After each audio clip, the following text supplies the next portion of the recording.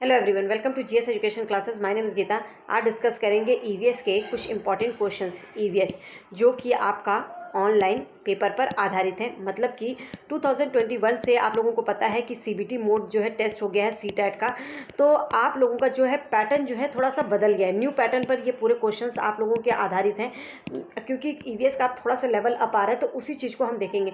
बहुत सारे लोग ना ये सोच रहे होंगे, आप लोग सोचते हैं कि प्रीवियस ईयर करने का क्या फ़ायदा है, लेकिन मैं आप लोगों को एक चीज़ सजेस्ट करना चाहूँगी, क्योंकि आप लोग जितना भी कॉन्सेप्ट पढ़ लें, कितना भी बुक्स पढ़ लें एनसीईआरटी को, लेकिन आप जो है प्रैक्टिस अगर नहीं करते हैं ना, क्वेश्चन आंसर के फॉर्म में प्रैक्टिस नहीं करते, तो आप लोगों का कॉन्सेप्ट पता नहीं चल पाता आप लोगों को कि आप लोगों ने कितना किया है। अगर आप लोग कॉन्सेप्ट कर रहे हैं, साथ साथ में प्रैक्टिस भी कर रहे हैं, तो इससे क्या है, आपका कॉन्सेप्ट जो है क्लियर होते चल रहा है और आप लोग खुद अपने आप को जांच ले पा रहे हैं कि आप लोग जो है कितना आप लोग सही कर ले जा रहे हैं। दूसरी बात, प्रीवियस ईयर से जो है ना, आपको अपने सीटेट के एग्ज़ाम के लेवल के एक कदम जो है करीब पहुंचाता है, क्योंकि जब आप क्वेश्चंस बहुत सही करने लगते हैं तो आप लोग का कॉन्फिडेंस लेवल बढ़ता है। तो इसलिए प्रीवियस ईयर को मत छोड़िएगा। प्रीवियस ईयर बहुत इंपॉर्टेंट है और डेली मैं यहाँ पे 2 क्लासेज जो है प्रीवियस ईयर की दे रही हूँ।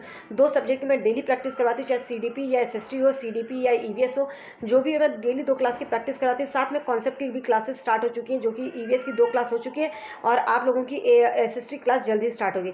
चलो, ये सब तो रही बातें, आप कर लेते हैं काम की बात। अगर चैनल पे नए हैं तो चैनल को सब्सक्राइब कर लीजिए, ताकि आने वाली वीडियो की नोटिफिकेशन आपको टाइम पर मिल सके और आप लोग जो प्रैक्टिस अपना सही से कर सकें।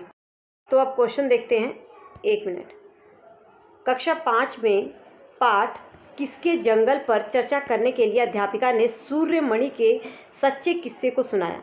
ठीक है, एक रियल स्टोरी सुना रही है अध्यापिका, जिसमें कि उसने एक केंद्र तोरांग की स्थापना की थी, जो कि देखता था, क्या देखता था, जमीन व जीविका की समस्याएं देखता था। तोरांग का मतलब समझिएगा, तोरांग का मतलब होता है जंगल। ये आप लोगों को पता होना चाहिए, कई बार पूछ भी देता है।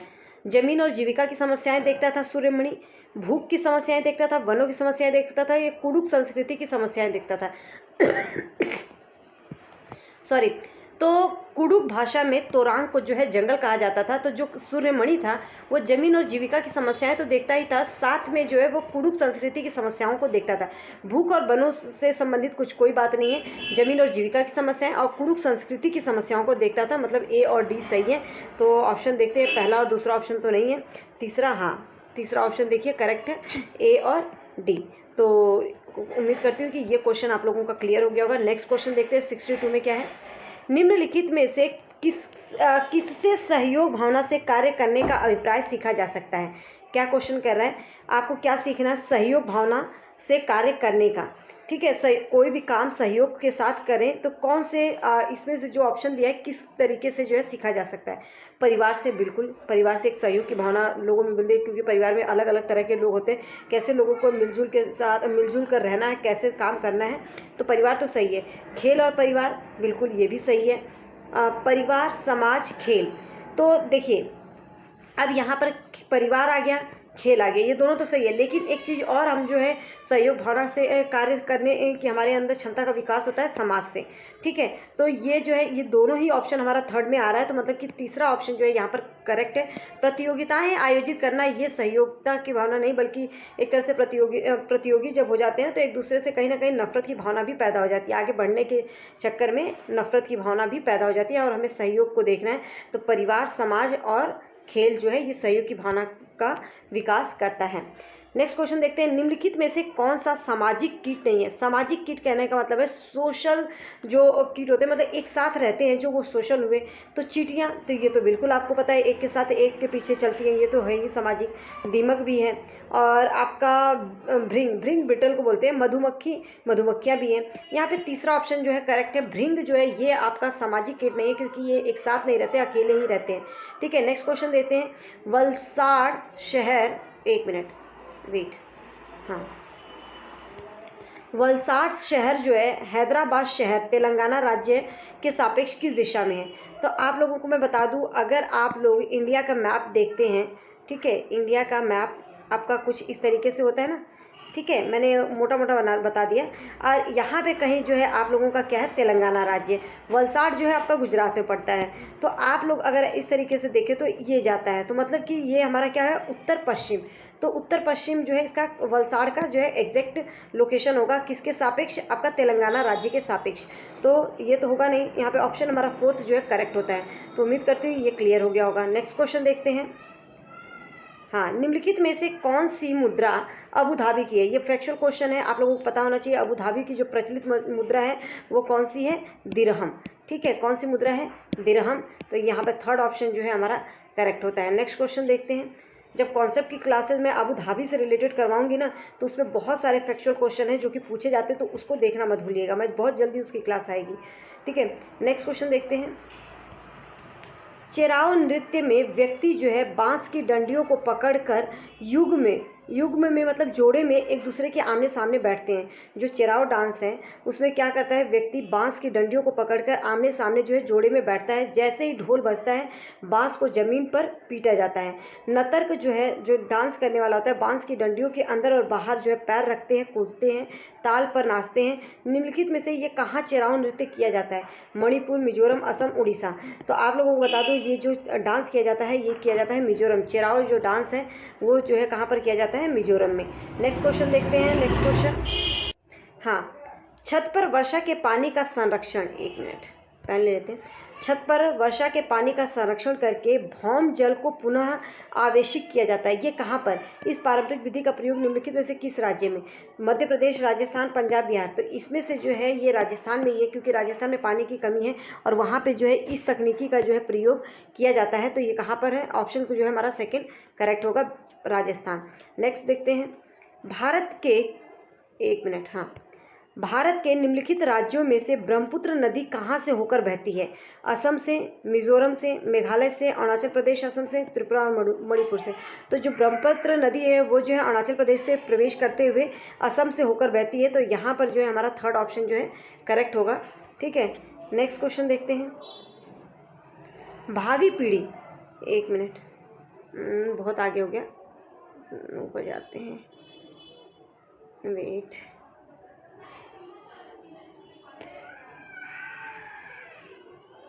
हाँ देखते हैं। ये क्वेश्चन हो गया हमारा इसमें। हाँ, भावी पीढ़ी के समाजीकरण, क्या क्वेश्चन कर रहे हैं? भावी पीढ़ी के समाजीकरण में परिवार की महत्वपूर्ण भूमिका होती है। इस परिस्थिति में परिवार क्या माध्यम करता है? तो भावी पीढ़ी में समाजीकरण में परिवार की महत्वपूर्ण भूमिका होती है। और परिवार जो है एक प्राथमिक समाजीकरण का सबसे प्राथमिक जो वो कह सकते हैं ना, समाजीकरण में प्राथमिक जो रोल होता है वो किसका होता है? परिवार का। तो ये क्या है? प्राथमिक समाजीकरण। इसके लिए जो ऑप्शन हमारा 1 जो है करेक्ट होगा। आगे के ऑप्शन देखने की जरूरत ही नहीं है। नेक्स्ट 70 देखते हैं। वातावरण को बचाने की आवश्यकता, वातावरण, एक मिनट, हाँ, वातावरण को बचाने की आवश्यकता के लिए हुई कई आंदोलनों का समर्थन मिला। निम्नलिखित में से किसने 1970 में चिपको आंदोलन तो जैसे ही बात आए सुंदरलाल बहुगुणा जो है इसका ऑप्शन होगा। और आप लोगों को पता है ये मेघा पाटेकर जो है ये इन्होंने जो है नर्मदा नदी के लिए काम किया था। तो इस तरीके से ये मैं पहले भी हम लोग क्वेश्चन कर चुके हैं। ठीक है, तो इस तरीके से आपका जो क्वेश्चन रिपीट होता है ना, तो बहुत ही अच्छा लगता है कि हाँ, मतलब एक नंबर तो वहाँ पे पक्के हो जाते हैं आप लोगों के, वो जो कि आप लोगों को कंफर्म होता है कि ये तो आएगा ही आएगा। महाराष्ट्र, मध्य प्रदेश, गुजरात में बड़े बांधों के निर्माण के कारण स्थानीय व्यक्तियों को जो है अपने प्रकृति आवास को छोड़ना पड़ता है। जहाँ पे वो रहते होते हैं, जहाँ पे बांध का निर्माण किया जाता है, तो उसके कारण जो उन्हें अपने आवास को छोड़ना पड़ता है। इस प्रकार की गतिविधि को क्या कहते हैं? तबादला, स्थानांतरण द्वारा अंदर आना, स्थानांतरण द्वारा बाहर जाना, या विस्थापन। क्योंकि वो एक जगह से जाकर दूसरी जगह विस्थापित होते हैं, तो इसको हम क्या कहेंगे? विस्थापन। स्थानांतरण तो हम कहेंगे नहीं कि अंदर आना बाहर जाना। ठीक है, और तबादला वाला शब्द यहाँ पे प्रयोग नहीं होगा। तो इसके लिए जो है विस्थापन सही करेक्ट आंसर होगा हमारा 4th ऑप्शन। नेक्स्ट क्वेश्चन देखते हैं। हमें जो है पके हुए भोजन को खुला या बिना फ्रिज में रखे लंबी अवधि के लिए नहीं छोड़ना चाहिए। निम्नलिखित में से कौन सा कारक जो है पके हुए भोजन को बेकार करने के लिए जिम्मेदार है? कीट, विषाणु, फफूंदी, जीवाणु। तो आप लोगों को बता दूं बैक्टीरिया जो है हमारे पके हुए खाने को जो है बेकार कर देता है। तो यहाँ पे ऑप्शन जो है हमारा कौन सा करेक्ट होगा? 4th। नेक्स्ट क्वेश्चन देखते हैं। 73। प्रत्येक भोज्य पदार्थ के पैकेट पर उसे पैक बंद करने की तिथि दी जाती है। क्यों, ऐसा क्यों किया जाता है? प्रत्येक भोज्य पदार्थ की अपनी निधानी मतलब सेल्फ आई होती है। बिल्कुल, भोज्य पदार्थ के प्रक्रमण और पैकिंग की अवधि में कई परिरक्षकों का उपयोग किया जाता है। बिल्कुल, ये भी सही है, ये भी सही है। कुछ निश्चित समय के पश्चात इसमें रोगाणु उत्पन्न हो सकते हैं, इसको खराब कर देंगे, इसलिए ठीक है हमें उन भोज्य पदार्थों का उपयोग नहीं करना चाहिए जिन पर लिखा हुआ समय समाप्त हो चुका हो। तो ये चारों की चारों बातें जो है सही है। तो मतलब यहाँ पे option A B C D ये हमारा करेक्ट होगा। आगे देखने की जरूरत नहीं, क्योंकि चारों ऑप्शन जो है यहाँ पे हमारा चारों पॉइंट जो है वो हमारा करेक्ट है। ठीक है, नेक्स्ट क्वेश्चन देखते हैं। मच्छरों के प्रजनन की रोकथाम के लिए कई विधियां प्रस्तावित की जाती है। निम्नलिखित में से वह विधि ज्ञात कीजिए जो कि मच्छरों के प्रजनन को नहीं रोकती। कौन सी विधि जो मच्छरों के प्रजनन को नहीं रोकती? कूलर के पानी को सप्ताह में कम से कम 2 बार जो है अब बदलना चाहिए। तो ये बिल्कुल सही बात है, ये तो रोकती है। तालाब और पानी इकट्ठा होने वाले स्थानों पर मछली डालें जो कि मच्छरों के लार्वा को खा ले। बिल्कुल सही बात। मच्छरदानी का प्रयोग, मच्छरदानी जो है आपके मच्छर के प्रजनन को नहीं रोक सकती, वो मच्छर काटने से बचाती है, ना कि उसके पैदा होने से उसको रोकती है। तो ये दोनों पॉइंट तो सही है कि मतलब ये मच्छर के प्रजनन को रोकती हैं। यदि किसी स्थान पर पानी इकट्ठा हो जाए तो तेल का छिड़काव करें, ये भी प्रजनन को रोक देगी। लेकिन यहाँ पे थर्ड ऑप्शन जो है ये प्रजनन को नहीं रोकती है, बल्कि काटने से जो है क्या करती है, बचाती है। नेक्स्ट 75 क्वेश्चन देखते हैं। लगभग हमने इसमें 15 क्वेश्चन किए हैं। उम्मीद करती हूँ कि सब क्वेश्चन अच्छे से क्लियर हो गया होगा और आप लोगों को समझ में भी आया होगा। तो अगर वीडियो पसंद आई तो प्लीज़ हिट लाइक बटन और लोगों को शेयर कर दीजिए, ताकि जो लोग सेल्फ स्टडी कर रहे हैं, जिनको ज़रूरत है, उनको एक हेल्प मिल सके। ठीक है, नेक्स्ट क्वेश्चन देखते हैं। दस्त के रोगियों को चिकित्सक परामर्श देते हैं वे अधिक मात्रा में उबाल कर ठंडा किया हुआ पानी जिसमें चुटकी भर नमक व थोड़ी सी चीनी मिला हो और पिए, क्योंकि केवल चीनी वाला पानी ही आंत नहीं सोख सकती। केवल चीनी वाला पानी जो है आंत नहीं सोख सकती है। सही बात। चीनी और पानी वाला मिश्रण तरलता से सोखा जा सकता है।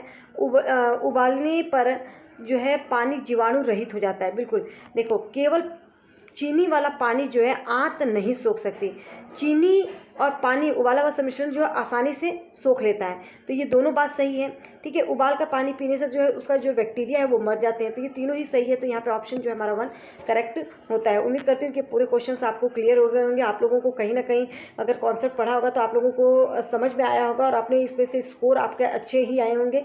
तो कितना स्कोर रहा जरूर बताइएगा। All the best.